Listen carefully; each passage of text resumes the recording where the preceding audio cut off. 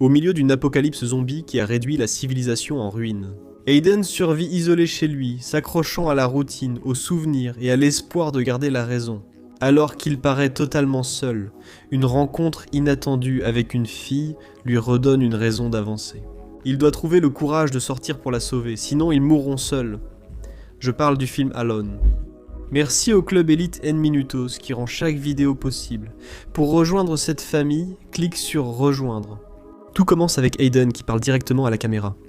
Il dit que c'est le jour 42, et il se lamente en avouant qu'il a essayé, alors qu'on sent qu'il est sur le point de mettre fin à ses jours. Ensuite, on nous présente un flashback, où l'on voit Aiden se réveiller à côté d'une fille dans son lit. Elle affiche une expression étrange, mal à l'aise, puis se lève pour partir sans dire grand-chose.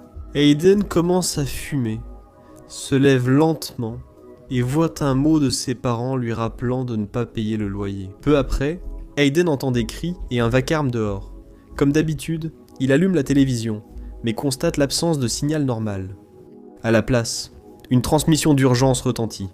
Les alarmes sonnent, et en sortant sur le balcon, il voit un chaos total. Un hélicoptère s'écrase sur un immeuble, des gens crient et fuient. L'apocalypse zombie commence alors. Parmi la confusion, Aiden aperçoit une fillette immobile réclamant de l'aide. Il lui assure qu'il viendra la sauver. Cependant, quelques secondes plus tard, il voit la petite fille, accompagnée d'une autre personne, attaquer violemment quelqu'un d'autre. Perdu et sans comprendre, Aiden regagne vite son appartement pour se mettre en sécurité. À ce moment-là, son voisin Brandon fait irruption. Aiden lui crie de sortir de son appartement, mais Brandon essaie de le calmer en lui disant qu'il le reconnaît, qu'il est son voisin et qu'il vit juste à côté. Il le supplie de l'aider et demande s'il est seul. Brandon explique que son colocataire l'a attaqué sans raison. Ils se connaissent depuis la 5e, il ne comprend pas ce qui s'est passé. Brandon montre soudain des signes clairs d'infection. Alarmé, Aiden saisit vite un couteau dans la cuisine. Aux infos, on explique comment reconnaître une personne infectée, les symptômes inclus. Yeux ensanglantés, cris incontrôlables et comportements cannibales. Le virus se transmet aussi par le sang, surtout via morsures et griffures. Bien que Brandon insiste sur le fait qu'il n'est pas comme ça et qu'il est toujours le même, Aiden lève le couteau avec une peur et un doute évident. À cet instant, quelqu'un frappe à la porte. S'agit-il d'autres infectés ?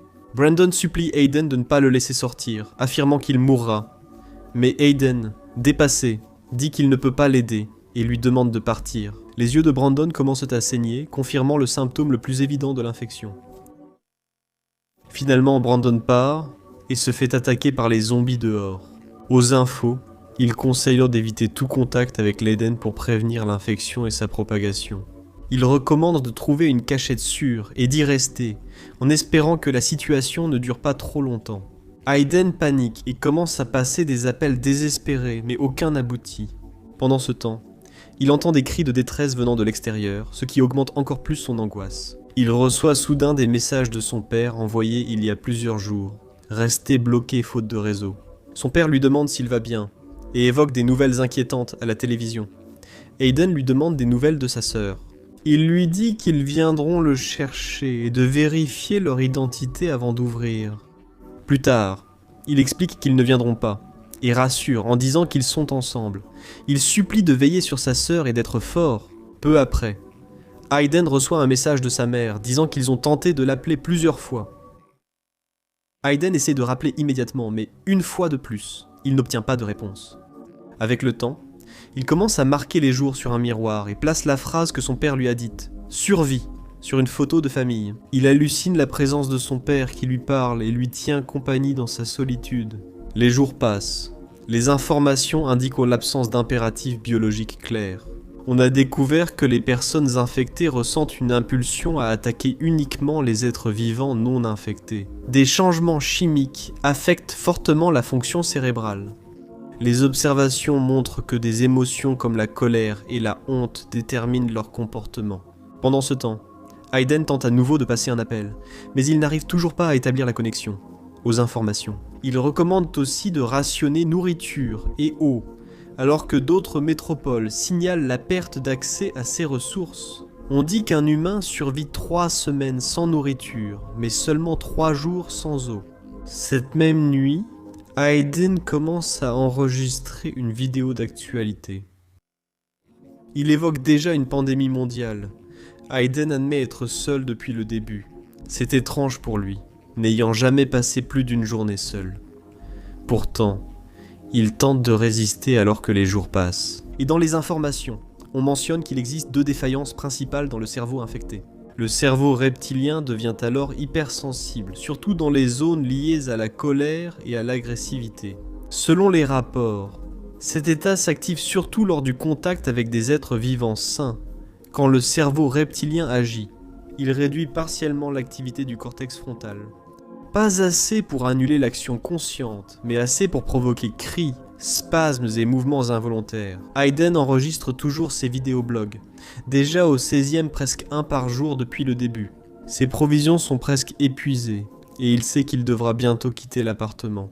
Le journal télévisé ne filme plus.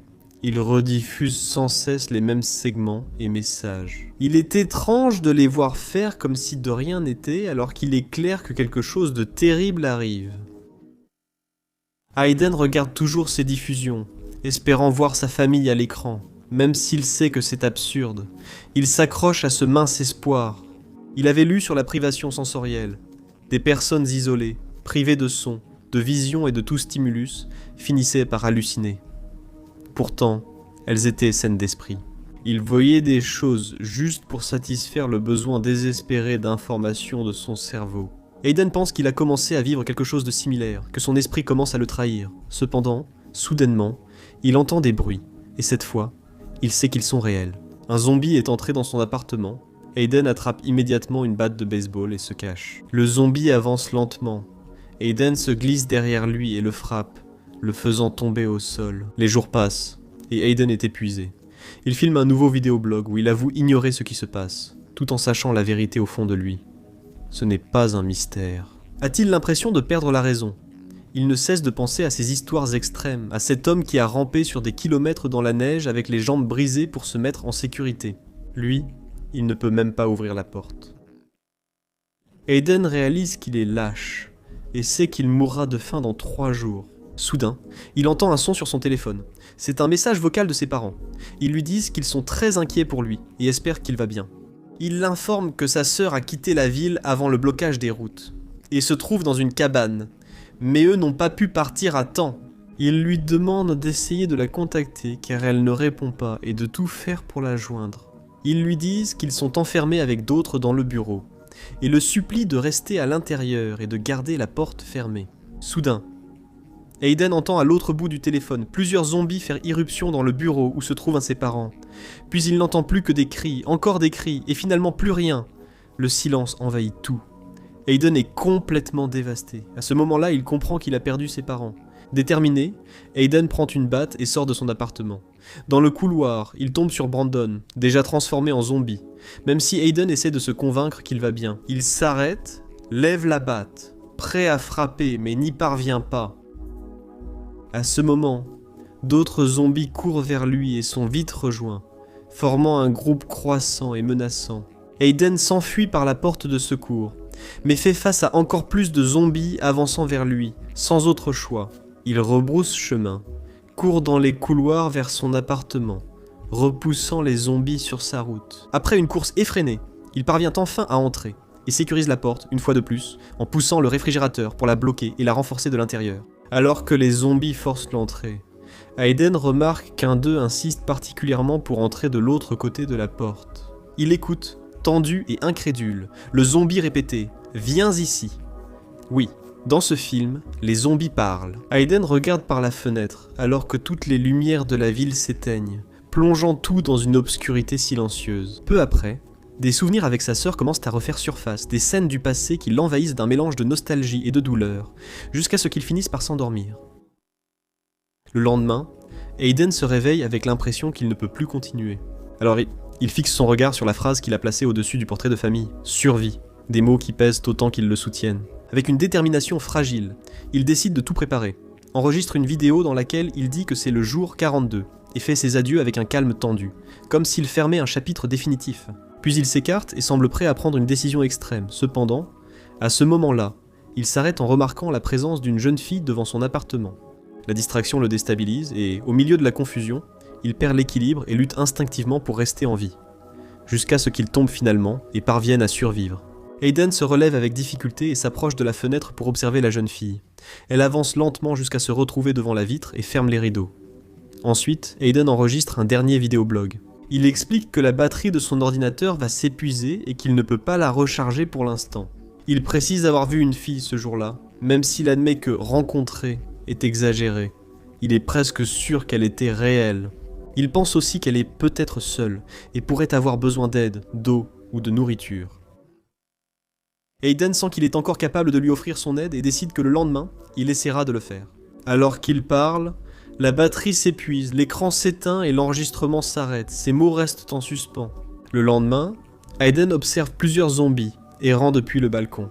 Il décide de retourner à l'intérieur de son appartement et, à travers la fenêtre, il parvient enfin à établir un contact visuel avec la jeune fille, qui s'appelle Eva. Aiden lève une feuille sur laquelle il a écrit « Bonjour », puis une autre avec son nom, Aiden. Eva s'éloigne un instant et revient en tenant une feuille avec son propre nom, Eva. À travers un autre message écrit, Aiden lui demande si elle est seule.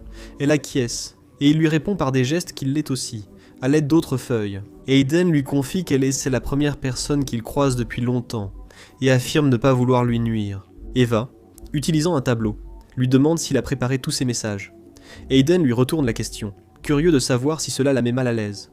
Ensuite, il lui demande si elle a de la nourriture et de l'eau. Eva lui indique par geste qu'elle a à manger, mais pas d'eau, et lui demande s'il en a. Aiden lui explique qu'il a un peu de nourriture et beaucoup d'eau en bouteille. Eva, plaisantant à l'aide du tableau, commente que l'utilisation de bouteilles n'est pas très bonne pour l'environnement. Aiden sourit sincèrement. Soudain, Eva se lève précipitamment, signalant la présence de zombies près de chez elle. Avant de fermer les rideaux, Aiden demande à Eva s'ils se reparleront le lendemain. Elle acquiesce et ils se disent au revoir. Aiden, enthousiaste, réalise qu'il n'est plus seul pour la première fois depuis longtemps. Il pleut cette nuit-là. Aiden va sur le balcon et se lave sous la pluie. Le lendemain, Eva sort sur le balcon en tenant une pancarte qui dit « Réveille-toi ». Aiden apparaît peu après, déjà rasé et bien propre. Il lui demande ce qui s'est passé la nuit précédente. Eva explique que des zombies escaladent le mur de son immeuble, bien que la situation semble maîtrisée pour le moment. Aiden lui demande si elle a un gant de baseball et elle le lui montre. Aiden attache une balle à une corde et la lance, tendant ainsi une corde entre les balcons. Son plan est de l'utiliser pour passer de l'eau à Eva, et à son grand soulagement, l'idée fonctionne. Aiden parvient à lui envoyer 2 bouteilles d'eau sans grande complication. Soudain, un zombie escalade le mur pour atteindre le balcon d'Aiden. Lorsque Aiden s'apprête à passer plus d'eau à Eva, il se rend compte de ce qui se passe. Il tente désespérément de l'arrêter en lançant une bouteille sur la tête du zombie, sans réussir à le faire tomber. Eva lui jette aussi des objets depuis son balcon, sans effet. Le zombie atteint le balcon d'Aiden. Il ordonne à Eva de rentrer vite chez elle et de se mettre en sécurité. Ensuite, il rentre lui-même dans son appartement et ferme la porte du balcon. Le zombie reste dehors, frappant la vitre avec insistance, essayant d'entrer. Face à cela, Aiden prend sa batte de baseball, et lorsque le zombie parvient à briser la vitre, il sort résolument et le frappe à plusieurs reprises jusqu'à l'éliminer, mettant ainsi fin à la menace. La nuit tombe et Aiden reste à parler. Un vrai spectacle. Il se dit qu'il ne sait que faire, et presque suppliant, attend un signe pour choisir la bonne voie. Il sait que rester ici le condamne, mais il ne peut rejoindre Eva par les couloirs. Il doit s'approcher sans savoir comment. Toutes les portes sont fermées, même s'il existe peut-être une possibilité. En y pensant, il se souvient que l'un de ses voisins était alpiniste. Décidé, Aiden se dirige vers l'appartement de ce voisin. Il prend tout ce qu'il trouve d'utile dans le garde-manger, comme du beurre de cacahuète et d'autres aliments transportables.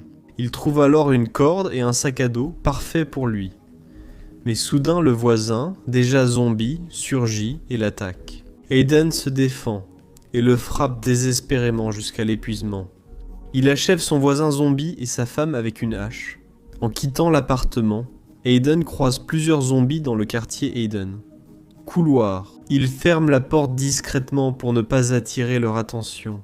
Il parvient à avancer furtivement, et après avoir esquivé les infectés, il réussit à retourner dans son propre appartement. Une fois à l'intérieur, il enlève ses vêtements et examine son corps pour s'assurer qu'il n'a pas été mordu. Heureusement, il ne trouve aucune blessure.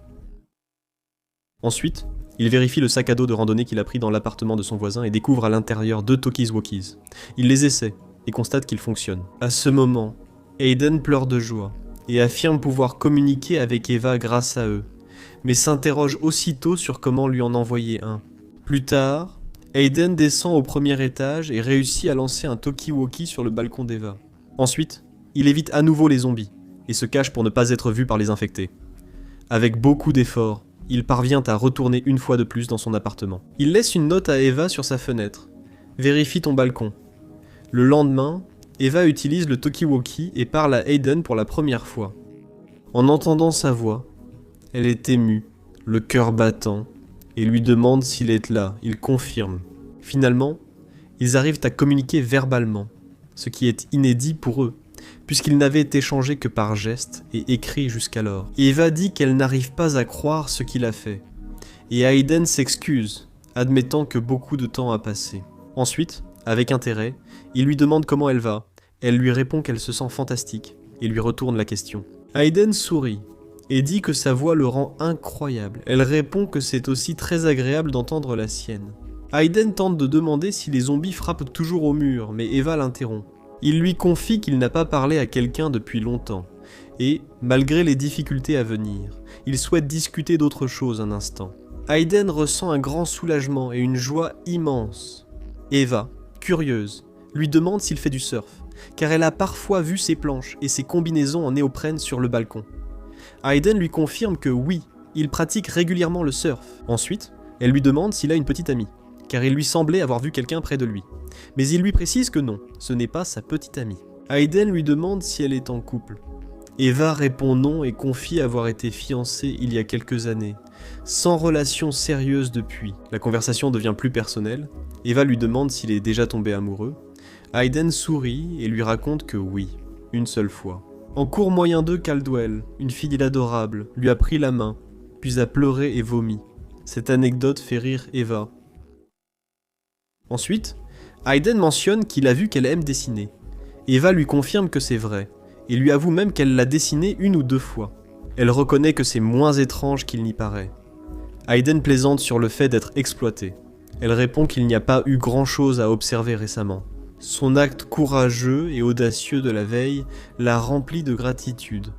Aiden lui sourit, se sentant plus proche d'elle que jamais. Aiden manque de nourriture, alors il entre dans la salle de bain pour accéder au conduit de ventilation et tenter de rejoindre un autre appartement. En chemin, il tombe sur un zombie, bien que celui-ci soit déjà mort, et il parvient à continuer sans plus de difficultés. Finalement, il parvient à atteindre l'autre appartement et descend prudemment. Là, il découvre du sang dans la douche, ce qui lui donne des frissons, mais il continue tout de même à explorer les lieux et à visiter d'autres pièces. Lorsqu'il arrive sur la côte, il cuisine et vérifie le garde-manger. Il est surpris de trouver une abondance de nourriture, y compris quelques petits gâteaux. Ému, il s'exclame qu'il doit immédiatement le dire à Aiden. Aiden communique avec lui via le talkie-walkie et lui dit qu'il n'arrive pas à croire ce qu'il vient de trouver. Aiden lui explique qu'il est sorti chercher de la nourriture, mais elle, agacée, lui répond en lui demandant à quoi il pensait. Aiden, confus, demande à elle si elle est en colère et s'ils se disputent. Elle répond oui, car il est parti sans prévenir. Aiden ne comprend pas sa colère. Eva lui explique qu'elle essaie de le joindre depuis 20 minutes sans succès, et qu'elle a même pensé qu'il était mort. Elle lui avoue que, tout comme lui a peur d'être seule, elle aussi. Aiden s'excuse sincèrement, et Eva précise qu'à partir de maintenant, ils doivent tout faire ensemble. Elle lui reproche de ne pas l'avoir informé du manque de nourriture et promet qu'ils en discuteront pour trouver une solution. Aiden accepte et plaisante à moitié en disant qu'il est rassuré de ne pas être le seul codépendant dans la relation. Eva demande à Aiden où il est. Il répond qu'il est juste à côté et que l'endroit est sûr, sans personne autour. Elle lui demande s'il a trouvé de la nourriture et il lui dit qu'elle ne va pas le croire. Aiden pense qu'avec ce qu'il a trouvé, ils peuvent attendre la fin de la situation, convaincu que ces choses mourront de faim. Ensuite, il pourrait retrouver sa sœur et partir. Il pense qu'il y a sûrement d'autres survivants et qu'ensemble, ils trouveraient un lieu sûr. Eva lui confie que Aiden lui demande si les zombies sont revenus près de son mur, et elle lui répond qu'ils apparaissent 4 ou 5 fois par jour. Il lui dit que le journal télévisé a signalé que les infectés répètent des schémas en désespoir. Eva lui dit avoir fabriqué une corde semblable avec des draps, et lui demande si, en descendant de son immeuble, elle pourrait grimper jusqu'au sien ou utiliser les couloirs. Hayden refuse catégoriquement cette idée, même s'il reconnaît que la corde était une bonne initiative. Il dit qu'il ira la chercher, car ce serait trop risqué pour elle. Hayden dit que le réfrigérateur bloque la porte, mais Eva demande pourquoi si personne n'est là. Elle insiste pour qu'il parte vite. Mais Hayden dit qu'il doit d'abord récupérer le sac à dos et la nourriture, sinon ils mourront de faim. Il lui demande, en cas de problème, de jeter un objet dans la cour pour qu'il l'entende et vienne. Eva, inquiète, le supplie d'être prudent. Soudain, un homme âgé apparaît, en pointant Hayden avec une lance improvisée. L'inconnu montre le sang sur son corps. Hayden lui explique calmement qu'il s'est simplement coupé, et lui assure qu'il n'est pas infecté. Il ajoute que s'il l'était, il lui demanderait de l'achever. L'homme s'excuse pour la menace et admet qu'avec le temps, il a perdu ses bonnes manières. Il lui demande avec qui il parlait, l'ayant entendu. Hayden répond qu'il parlait seul, comme souvent. L'homme confirme qu'il le fait aussi fréquemment. Hayden pense que l'ancien locataire est parti au début. Mais l'homme dit qu'il le connaissait comme voisin, et qu'il n'est jamais parti.